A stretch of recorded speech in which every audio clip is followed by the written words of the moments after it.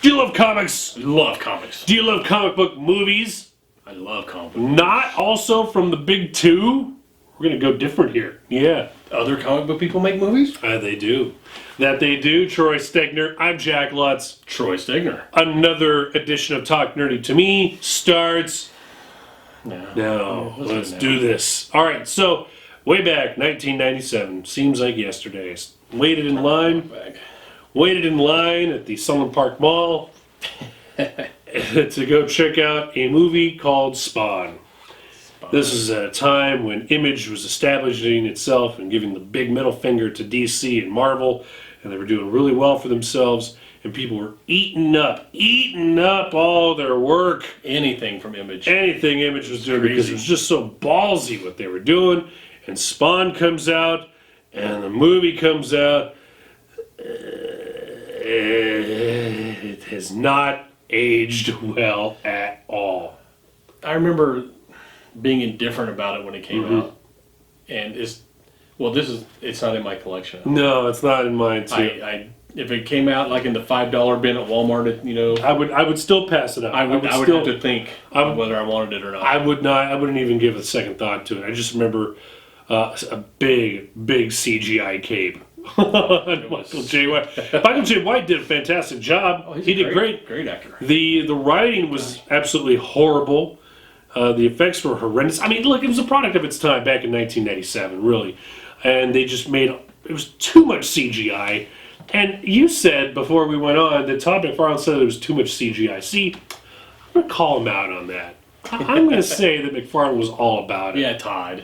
I'm going to say that his nose was all up in that CGI crap fest of a film at first. Yeah, he gets to rewrite history now. Yeah. Like, oh no, I've got too much CGI. So let's give it another go. They are.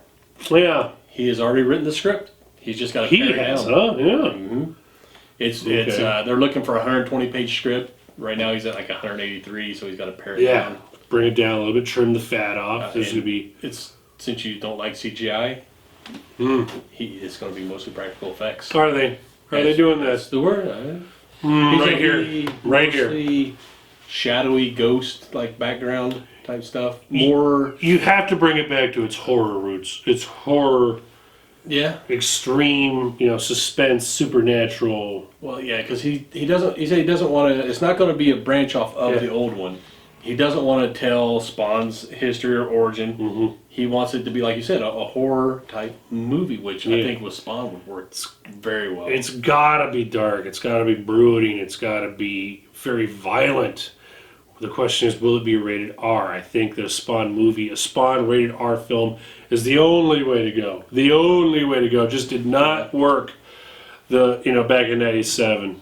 Again, PG-13. He was going after, he was going after the middle school kids that, back in the '90s. Yeah, that was the market right now, and we've grown up. We've grown up, and I'll include you in that too. I grew up more. Yeah, you're still growing up more than I wanted, and. There were certain parts of that movie that I really, really liked. I thought John Leguizamo's clown did a fantastic job. I thought, again, Michael White did a phenomenal job as Al Simmons. So the big question is, who are they going to cast and who are they going to use? That's the big question. And I sidebar here, I love watching the old Spawn cartoons. Remember those? No. Remember? Oh my God, you gotta watch that. Dude, that'll give you a better frame of where we're at here, because that was very dark. It was very violent. HBO ran that for a time. Yeah, check out the Spawn cartoons, man. It must have been I was poor and I couldn't afford HBO. Yeah, a lot of us. I had the illegal cable at the time where it was going into the ground. You either had three forms of illegal cable. You either had, the type that was on the telephone pole. You had to shimmy up. And, yeah. You had the type that went into the ground, that actually went through the carpet, into the ground, didn't know where it went, or you had the bullet tubes. They were bandpass filters, yeah. Yeah. Each one allowed different channels. They looked like big batteries. Yeah. And I had a lot of neighbors that were missing those. Yeah. We had one about this long. They were just of each different channels. The age difference was, God, I missed that. I got to look on eBay for that, man. 3 in the morning, you go out and take somebody's HBO and put it on your little line. My God, yeah. Well, we had those in the house. We were able to put those in the back of our cable box, and that gave us. I never thought I wasn't that smart back then. Yeah, man. Yeah. And then back in the day, when you get a knock on the door from the cable guy. Oh, dude. They're like, take it off. Take it off. Hide everything. Hide behind the couch. And hide everything. Yeah, man. Don't move. You still there? That's old school, man. But back to what we were talking about. We just went on an Abe Simpson tangent here, man. So, Spawn, I'm looking forward to this fresh take, and I'm sure as hell glad to see Todd McFarlane back to what made him a household name, and that is Spawn. Because Todd McFarlane, way back in the day, I thought he was a jerk. I thought he was a big old jerk, and I don't care who sees this. The dude bought Mark McGuire's baseball for $3 million. He had disposable income. Yeah. To just. And then it was broken. And then the record was broken. Yeah. Anyway, so another story for another time. But Spawn. How are they going to make him scary without all the CGI? There'll be a lot of, like, the fog, maybe. Yeah. A lot of implied. Well, and he's burnt to a crisp, man. The face itself could also be very, very scary. Will they be using Al Simmons? Will they be using the other dude? Downing? Jim Downing, yeah.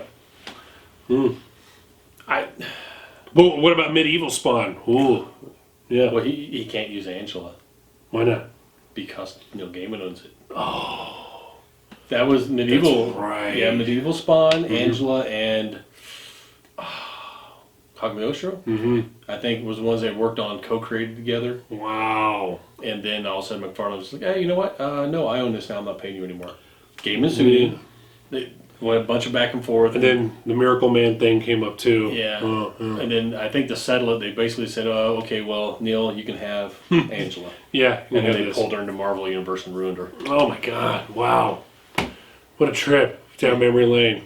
Okay. So Spawn, back at you. We will update you with more details as soon as we get them. But right now the script is done. Todd's attached to it. And it's going to be more horror, supernatural suspense. And without all the CGI, maybe we'll get it quicker. All right. Yeah. So thumbs up from both you and I. So that'll do it for us. You can always catch us with our Talk Nerdy to Me episodes on El Paso Herald Post, YouTube, Facebook, the iTunes, the others. Stitcher. Android.